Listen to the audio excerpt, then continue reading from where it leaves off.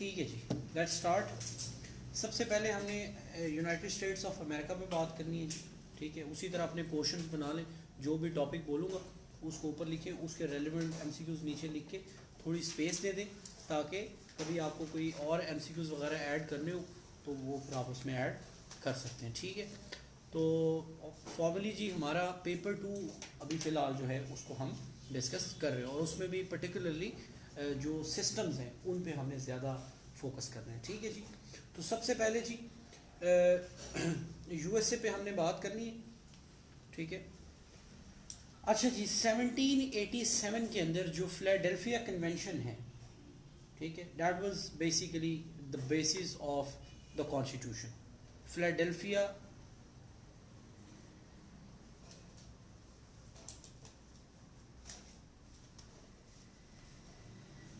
Repeat करेंगे किस तरह से लिखा जाएगा? 77 1787 फिलाडेल्फिया कन्वेंशन, ठीक है, उर्दू में लिख लें। मैं हूँ ही बड़ा मासूम, लगते नहीं। बच्चे कह रहे हैं जब आप चुप होते हैं तो फिर बड़े मासूम लगते हैं। अच्छा जी, अमेरिकन जो कॉन्स्टिट्यूशन है वो केम इनटू इफेक्ट 4 मार्च 1789। 1789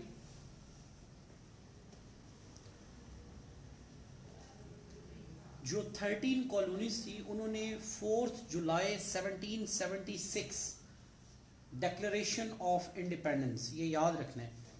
डिक्लेरेशन का क्वेश्चन अलग से है और जो कॉन्स्टिट्यूशन का क्वेश्चन है वो अलग से है। 4 जुलाई 1776। टोटल 7 आर्टिकल्स हैं जी।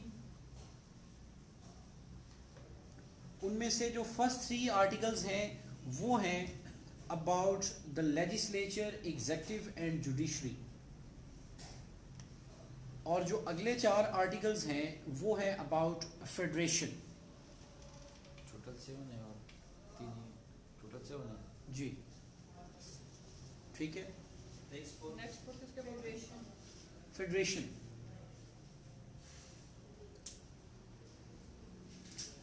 जी, आपको पता है कि यूनिक अपना बाई कैमरल है, यानी कि 2 हाउसेस हैं, ठीक है। तो जो अपर हाउस है उसका नाम है सेनेट और लोअर हाउस का नाम है हाउस ऑफ रिप्रेजेंटेटिव्स। तो जो सेनेट है उसके मेंबर्स की तादाद है जी 100, ठीक है, और लोअर हाउस के मेंबर्स की तादाद है 438। लोअर हाउस की 438, तो दोनों की मिला के होएगी 538।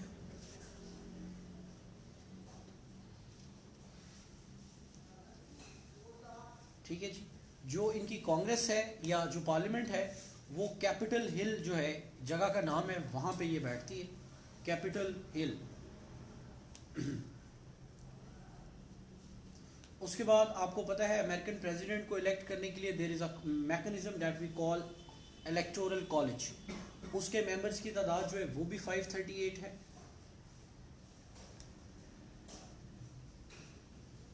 ठीक है। जो फर्स्ट 10 अमेंडमेंट्स हैं अमेरिकन कॉन्स्टिट्यूशन में उनको हम बोलते हैं बिल ऑफ राइट्स।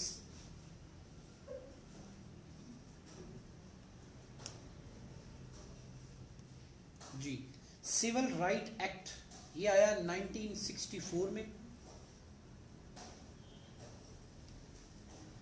जी। उसके बाद 13th amendment, 13th amendment civil rights act, ये जो मार्टिन लूथर किंग जूनियर जो है उसकी जो स्ट्रगल थी वो उसके रिजल्ट में वो आया 1964, ठीक है।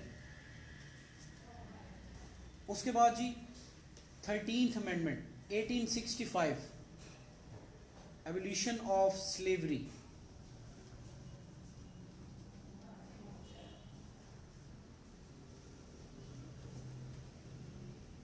उसके बाद 19th अमेंडमेंट 1920 में, जिसमें right to vote for women.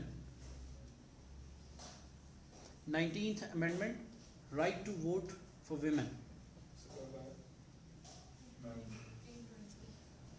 1920।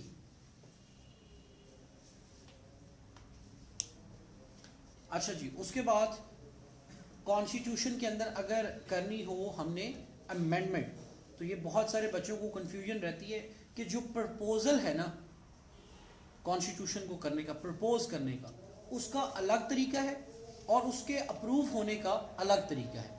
तो जो प्रपोजल है वो ज़रा लिख लें कि वो कौन कर सकता है। वो कर सकता है जी 2/3 of the both houses propose, या 3/4 ऑफ स्टेट लेजिस्लेचर।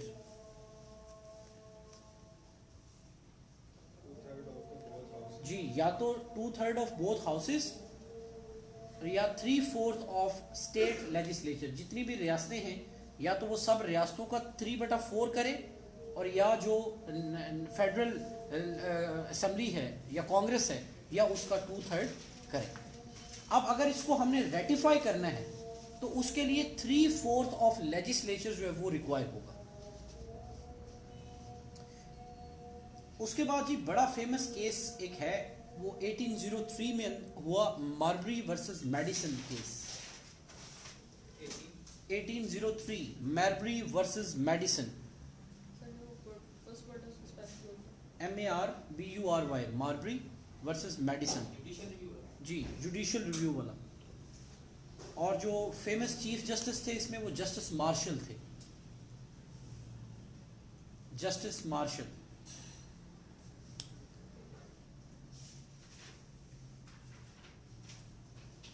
ठीक है। उसके बाद जी सेनेट पे थोड़ी बात करेंगे। 30 इयर्स एज रिक्वायर है to become the senator. American state का वो बंदा, अमेरिका का वो 9 साल से सिटीजन होना चाहिए जिसको सेनेटर बनना है। ठीक है।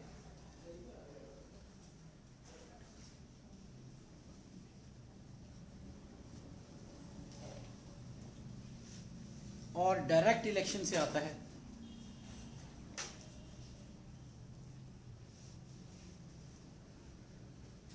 ठीक है। डेमोक्रेट जो पार्टी है उनका निशान है जी डंकी, और जो रिपब्लिकन्स हैं उनका निशान है जी एलिफेंट।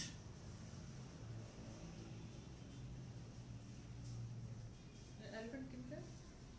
रिपब्लिकन। अब थोड़ा प्रेसिडेंट पे बात कर लेते हैं। जी बिल्कुल, प्रेसिडेंट पे बात कर लेते हैं। नेचुरल बॉर्न होना चाहिए president, natural born. Number 2, 35 years उसकी एज होनी चाहिए, और 14 इयर्स मिनिमम स्टे होना चाहिए उसका अमेरिका के अंदर।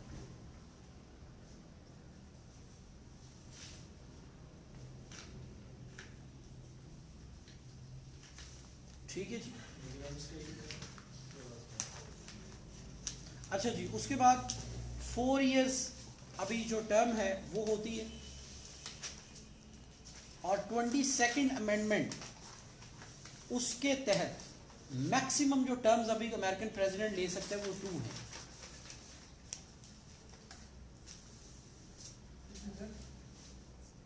क्या 2 टर्म्स ले सकता है 22nd अमेंडमेंट। जी, ये उसके बाद रोजोवेल्ट के बाद। ठीक है, क्योंकि उसकी 4थी टर्म चल रही थी। ठीक है। अच्छा जी, अब आ जाए जो इलेक्टोरल कॉलेज है। ठीक है, वो उसकी वोटिंग जो है उसके लिए वो क्या कहते हैं, वोटिंग कब होगी, वो है फर्स्ट मंडे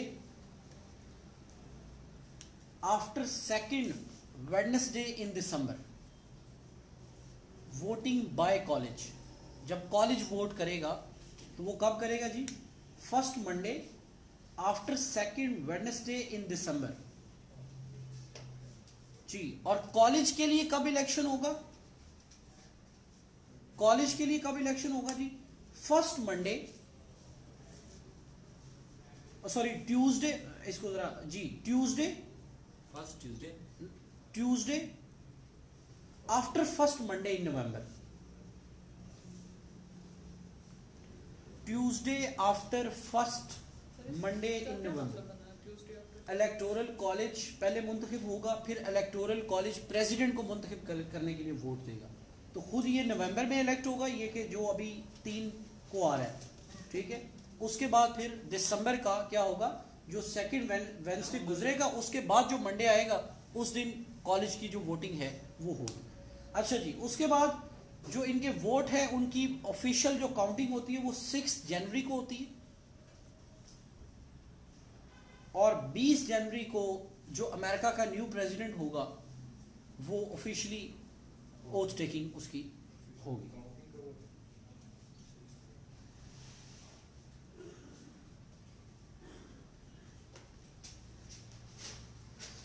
जी, फिर एक और बड़ा फेमस है, आपको पता है 1973 के अंदर वाटरगेट स्कैंडल, रिचर्ड निक्सन उसके साथ एसोसिएट होता है। अक्सर ये सवाल आता है कि जी who is associated with Watergate, तो रिचर्ड निक्सन।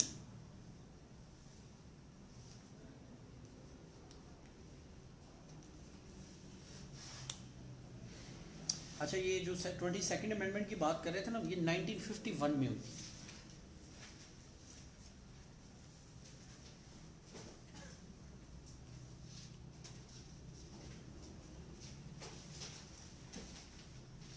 ठीक है जी, अब आ जाए जरा यूके पे।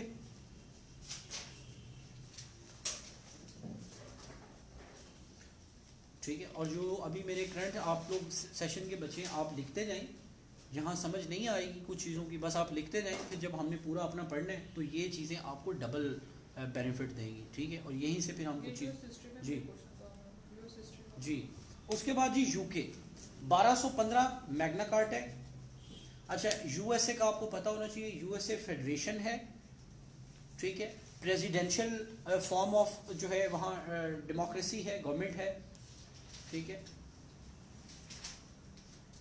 अच्छा जी, यूके का हम बात कर रहे थे 1215 Magna Carta, petition of rights 1628, petition of rights 1628,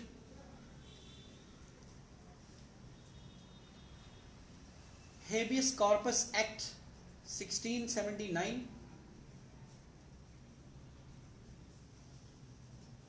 bill of rights 1689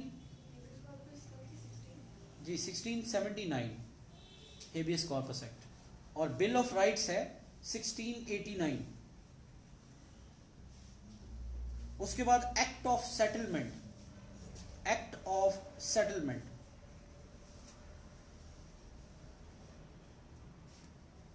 ji, act of 1701।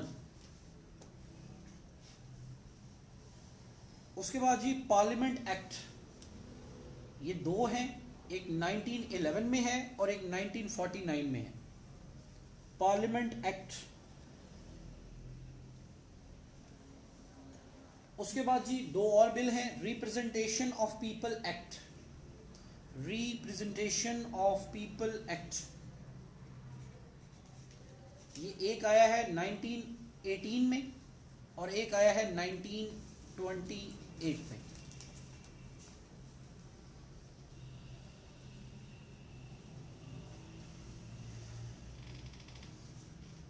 ठीक है जी, उसके बाद आपको पता है पार्लियामेंट्री सिस्टम है, तो पार्लियामेंट्री सिस्टम में जो एग्जेक्टिव होगा वो डुअल होगा, प्रेसिडेंट और प्राइम मिनिस्टर। तो वहां प्रेसिडेंट का चूंकि ओहदा नहीं है, उसकी जगह पे किंग या क्वीन है, वो हेड ऑफ स्टेट है, टाइट्यूलियर हेड ऑफ स्टेट है, सिंबॉलिक हेड ऑफ स्टेट है।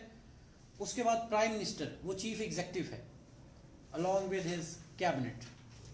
ठीक है, उसके बाद जो इनका हाउस है जी, उसका नाम क्या है जी, पार्लियामेंट है, और उसके दो हिस्से हैं, अपर हाउस और लोअर हाउस। अपर हाउस का नाम है हाउस ऑफ लॉर्ड्स और लोअर हाउस का नाम है house of commons. House of lords की कोई फिक्स वो नहीं है मेंबरशिप, लेकिन जो हाउस ऑफ कॉमन है उसकी तादाद है 650।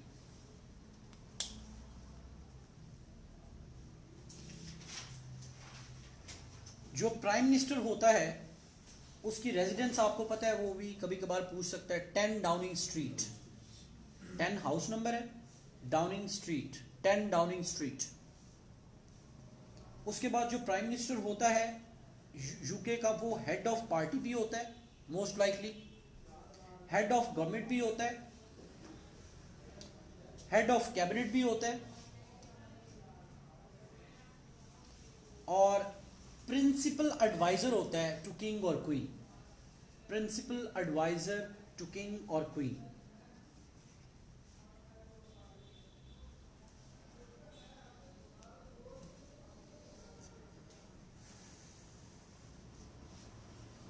Glorious Revolution 1688. Glorious Revolution 1688.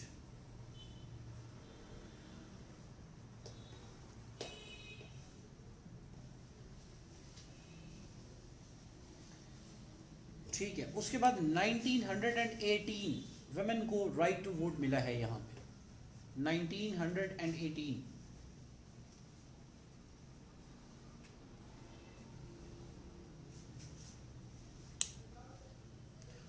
अब आ जाइए चाइना पे। China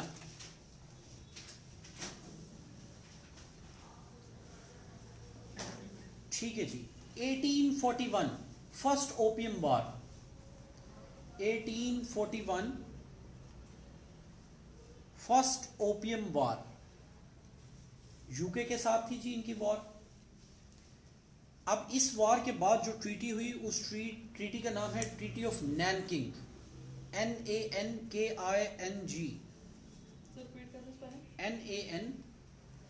NANKING। उसके बाद दूसरी जो ओपियम वार है, सेकंड ओपियम वार, वो है 1858 में। 1858 में इसके बाद जो ट्रीटी हुई उसका नाम है ट्रीटी ऑफ पैकिंग। जी, PEKING, ट्रीटी ऑफ पैकिंग। फिर 1898 बॉक्सर अपराइजिंग। कंट्री भी पूछ सकता है कि boxer uprising is associated with which country, और डेट भी पूछ सकता है। उसके बाद जी रेवोल्यूशन ऑफ 1911। रेवोल्यूशन ऑफ 1911, ये बंदे का नाम लिख लें, SUNYAT SUNYATSEN। फिर जो सेकंड बड़ा रेवोल्यूशन आया वो 1949 में है, माओ ज़ेडोंग। 49 1 अक्टूबर 1949। वैसे भी वो जीके का भी सवाल देता है कभी कभी कि 1 अक्टूबर को रिपब्लिक डे किसका होता है। ठीक है, तो वो यूके का है, अपना चाइना का। ठीक है, अच्छा जी। उसके बाद जो इनका करंट कॉन्स्टिट्यूशन है वो 1982 में आया। 4 चैप्टर्स हैं, 138 आर्टिकल्स हैं।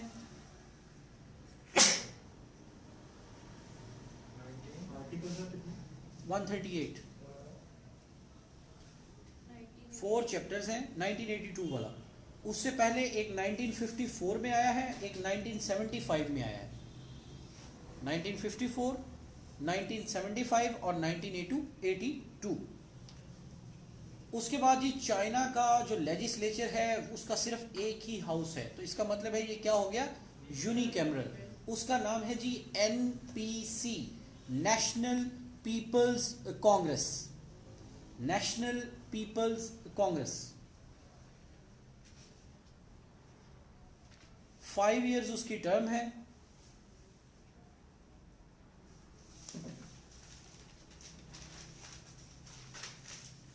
ठीक है। अच्छा जी, उसके बाद हम बात करेंगे जी ईरान की, बल्कि उससे पहले टर्की की बात करें जी। 1923 के अंदर टर्की जो है वो रिपब्लिक डिक्लेयर हुआ। 1924 में खिलाफत अबॉलिश हुई। 1924 में खिलाफत अबॉलिश हुई। ठीक है। टर्की के टोटल 85 इलेक्टोरल डिस्ट्रिक्ट्स हैं। कितने? 85।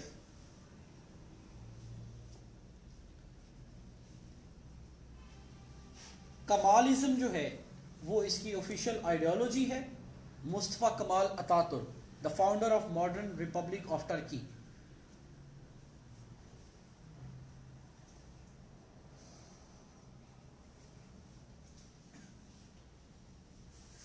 इनका जो लेजिस्लेचर है उसका भी सिंगल हाउस है, यानी कि वो यूनिकैमरल है।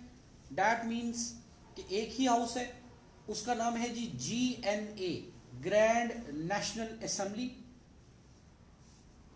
4 ईयर इनकी टर्म होती है और इनको बोलते हैं डिप्टी। क्या वो कहते हैं, मारो डिप्टी, ठीक है। तो ये डिप्टीज हैं। जो ब्रिटिश हाउस ऑफ कॉमन के मेंबर्स हैं उनको MPs बोलते हैं जी, तो इनको बोलते हैं डिप्टी। 4 ईयर जनाब इनकी टर्म है। मेंबर्स कितने होंगे, 550, ठीक है। तो इसको यूके के हिसाब से याद रख लेना कि यूके के 650 है और इसके 550। अच्छा, जो कॉन्स्टिट्यूशनल रेफरेंडम हुआ है वो हुआ है जी 16 अप्रैल 2017, 16 अप्रैल 2017।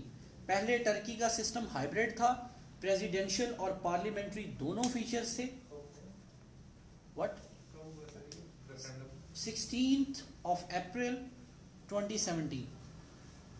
इस रेफरेंडम के नतीजे में अभी टर्की जो है वो is now an presidential system, ठीक है, ऑल टुगेदर। PM का ओहदा जो है वो अबॉलिश हो गया है। अब आ जी ईरान पे।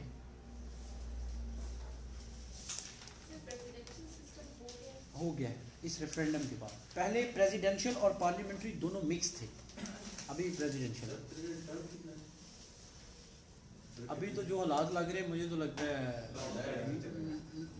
ताहयात ही है, ठीक है। अच्छा जी, उसके बाद ईरान।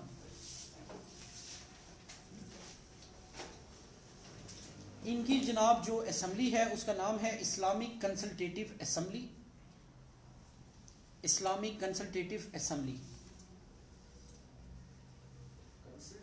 जी।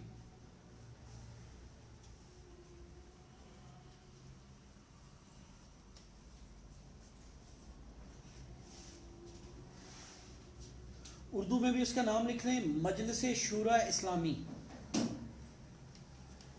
कोई पता नहीं होता, मजलिस शूरा इस्लामी।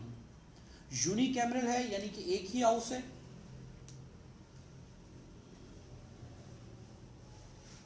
जी, 177 आर्टिकल्स हैं कॉन्स्टिट्यूशन के,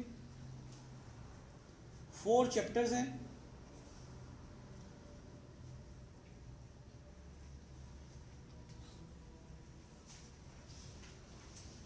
जी, इनका जो कॉन्स्टिट्यूशन के अंदर जो सिस्टम है वोटिंग का, उसका नाम है जी क्वालिफाइड मेजॉरिटी 2 राउंड सिस्टम।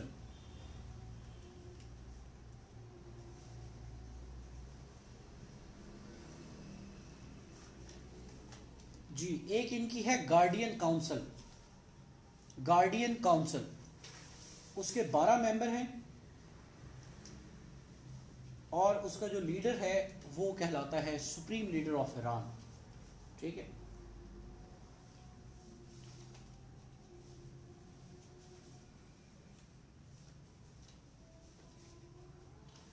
उसके बाद जी हम बात करेंगे फ्रांस की। फ्रांस एक यूनिटरी स्टेट है, वो जो हम बात कर रहे होते हैं ना फेडरल और यूनिटरी वाली, तो यूनिटरी स्टेट है। बाय कैमरल लेजिस्लेचर है, दैट मीन्स के 2 हाउसेस होंगे।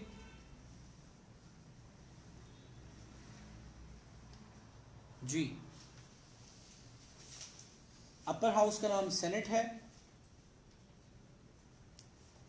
और लोअर हाउस का नाम नेशनल असेंबली है। टोटल सीटें इनकी हैं 925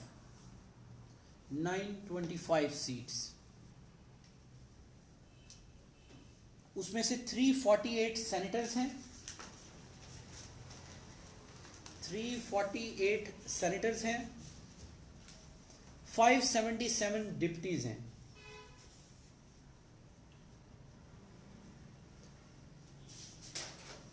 जी, सेनेट की मुद्दत है 9 इयर्स और जो लोअर हाउस है उसकी जो टर्म है वो है 5 इयर्स। सेनेट के मेंबर्स इनडायरेक्टली इलेक्टेड होते हैं और जो असेंबली है, पीपल्स असेंबली है, उसके मेंबर डायरेक्टली इलेक्टेड होते हैं।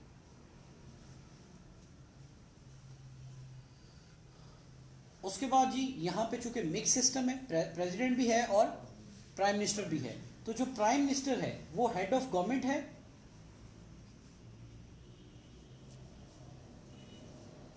और साथ ही वो head of council of ministers है, head of council of ministers. President की टर्म जी 5 इयर्स है।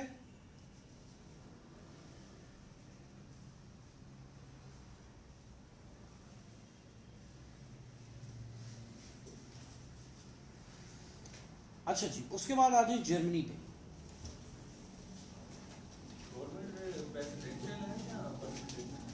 मिक्स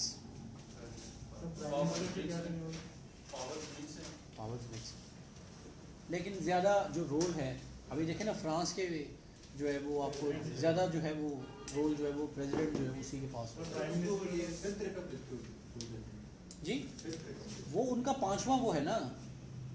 इनका चाइना का भी 5th रिपब्लिक है और इनका भी 5th रिपब्लिक है, लेकिन ये अभी मैं इन चीज़ों में जा नहीं रहा हूँ क्योंकि अभी सेशन तो नहीं पढ़ रहे ना, हम तो MCQs के हवाले से कर रहे हैं, ठीक है। हाँ हाँ, चाइना का और इनका दोनों का, ये दोनों 5th रिपब्लिक है।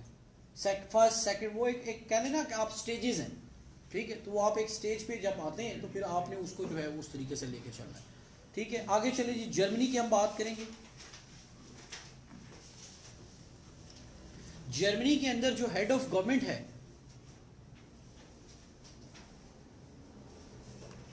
वो जर्मन चांसलर है।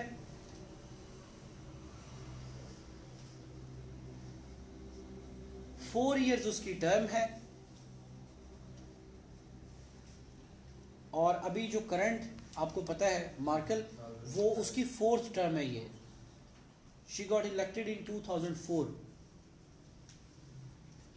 ठीक है। ये भी तो फिर बीबियाँ हैं ही ना, हैं, कहते बीबियाँ रैशनल नहीं होती ना। पता नहीं जर्मनी इतना बेवकूफ़ क्यों है कि उन्होंने एक खतून के ज़िम्मे पिछले 16 साल से जो है वो हैं। न्यूजीलैंड ने भी गलती की है दोबारा से, हैं। चले, अच्छा, जो पार्लियामेंट है उसके 709 मेंबर्स हैं।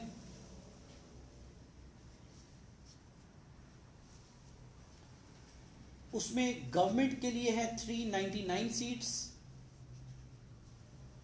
और ऑपोजिशन के लिए फिक्स्ड है जी 310।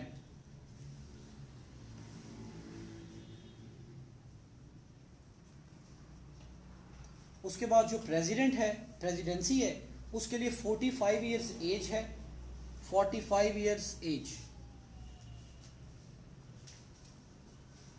और 7 इयर्स टर्म है।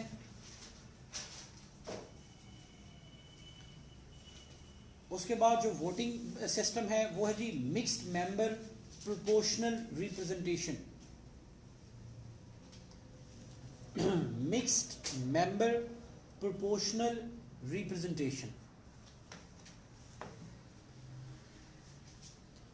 Mixed member proportional representation. उसके बाद जी 4 इयर्स टर्म है इसकी, जो इनकी असेंबली है।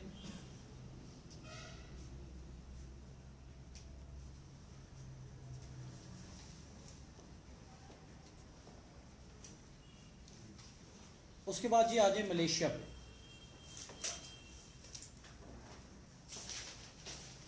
कॉन्स्टिट्यूशनल मोनार्की है, पार्लियामेंट्री सिस्टम है। किंग जो है वो कॉन्स्टिट्यूशनल हेड ऑफ स्टेट है जी, किंग जो है वो कॉन्स्टिट्यूशनल हेड ऑफ स्टेट है जी। प्राइम मिनिस्टर जो है वो हेड ऑफ एग्जीक्यूटिव है।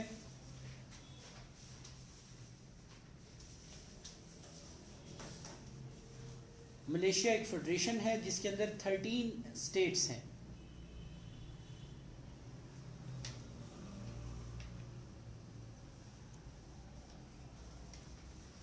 बाय कैमरल इनका लेजिस्लेचर है, इसका मतलब है 2 हाउसेस होंगे।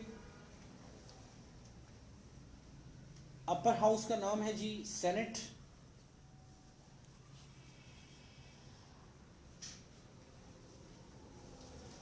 जी बिल्कुल, और सेनेट के आगे इसका एक और नाम है वो भी लिख लें, दीवान, DEWAN, Diwan, निगारा, NEGARA,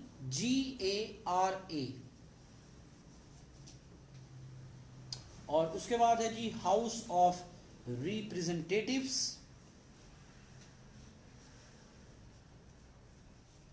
house of representatives, इसका नाम है जी दीवान रक्यात, RAKYAT, दीवान रक्यात। टोटल सीटें जी 292 हैं, 292, जिसमें 70 हैं फॉर सेनेट और 222 MPs of course in the lower house.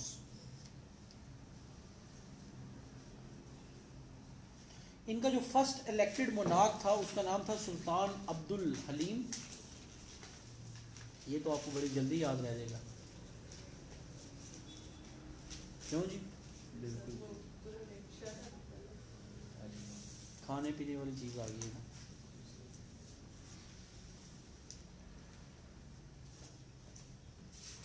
King जो है वो हेड ऑफ स्टेट है, ये हम शायद पहले भी बात कर चुके हैं, ठीक है।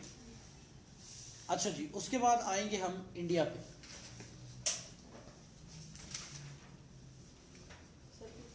बस खत्म हो गया, करीब करीब ही, शुक्र।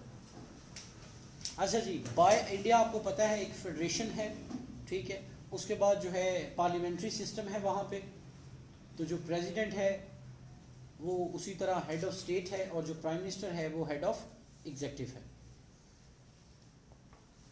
बाय कैमरल लेजिस्लेचर है, अपर हाउस है और लोअर हाउस है। अपर हाउस का नाम है जी राज्यसभा।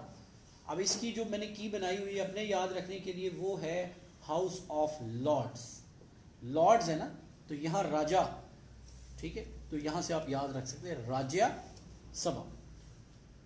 और नीचे है जी Lok Sabha, house of people. 5 year जो है वो टर्म है असेंबली की, और 5 ईयर्स ही प्रेसिडेंट की टर्म है।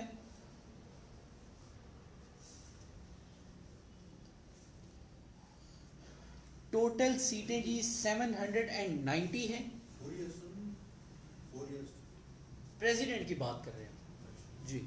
790 790 245 हैं राज्यसभा की और 545 हैं लोकसभा की।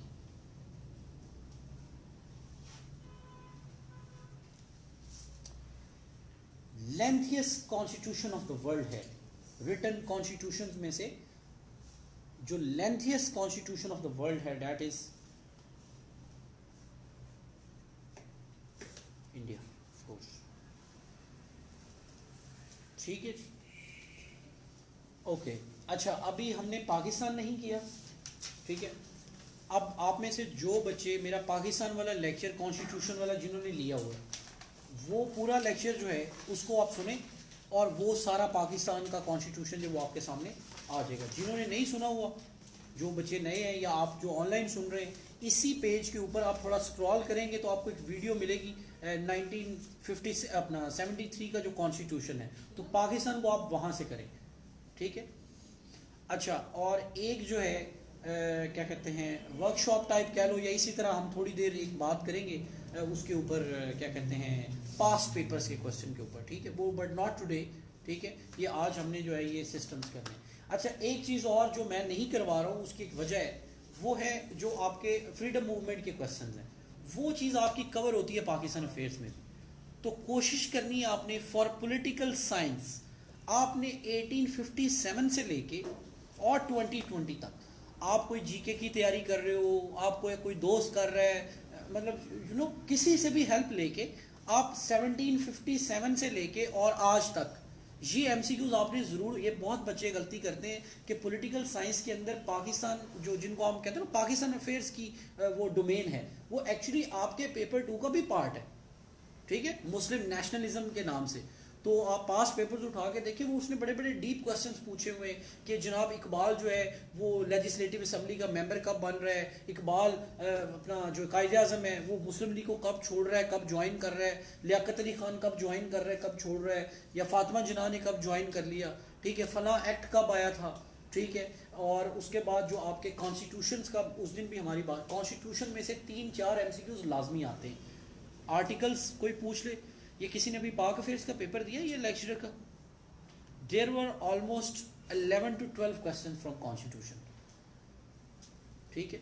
तो ये चीज़ें ज़रा आप करेंगे तो काफ़ी हद तक जो है वो ठीक हो जाएगा। ऑलराइट जी, ठीक है जी। तो दैट्स इट फॉर टुडे। एक अनाउंसमेंट है वो भी सुन लें कि अभी हम लोग एक 2 वीक्स तक, 1-1.5 वीक तक हम लोग जितनी भी पास्ट पेपर्स हैं उनकी आउटलाइंस जो हैं उसके लिए भी हम लोग इकट्ठे होंगे, इसी तरह ऑनलाइन भी और इन क्लास भी, ठीक है। तो पास्ट पेपर्स कम से कम 10 साल के जो हैं या 5 साल के जो 2015 के बाद हैं, वो हर एक दिन में हम एक पेपर करेंगे और हर पेपर को लेंगे, उसमें एक क्वेश्चन को निकालेंगे और उसकी यहाँ बोर्ड पे हम लोग आउटलाइन वगैरह बनाना या जो भी है वो उसके ऊपर, वो कोशिश करूँगा कि वो रट्टे वाला सीन ना हो कि फिक्स पॉइंट मत ना बताऊँ, लेकिन जो क्वेश्चन है उसको ब्रेक डाउन कैसे करना है, उसको उसके अंदर पॉइंट्स क्या लेके आने हैं, उनको हम लोग जो है वो ज़रूर जो है वो डिस्कस करेंगे, ठीक है जी। क्लियर हो गया?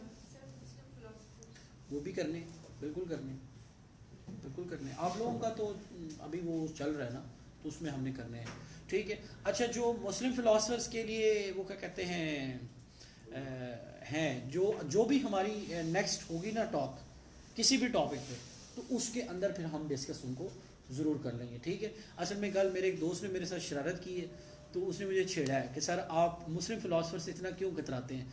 तो मैंने उसको नीचे लिख दिया कि भाई वो गया हुआ है वापस गाँव, तो वो फ्राइडे को आ रहा है। अब मैंने उसको थोड़ा उसके साथ नेगोशिएशन करनी है कि भाई मुस्लिम फ़िलासफ़र जो है ना उसके MCQs तुमने कराने हैं बच्चों को, ठीक है। तो वो थोड़ा सा उसको मैंने जलील करना है, अगर वो मान गया तो ठीक है, ना मानो तो फिर मैंने तो कराने ही कराने, ठीक है। वो इतने ज़्यादा नहीं है, वो मैक्सिमम 30-40 MCQs बनने हैं, ठीक है। इसलिए वो किसी दिन भी हम 15 मिनट की टॉक रख के शॉर्ट उसमें हम कर लेंगे, ठीक हो गए। चलें, आई होप के जनाब इट इज़ हेल्पफुल, ठीक है जी। थैंक यू सो मच और see you next time. Thank you.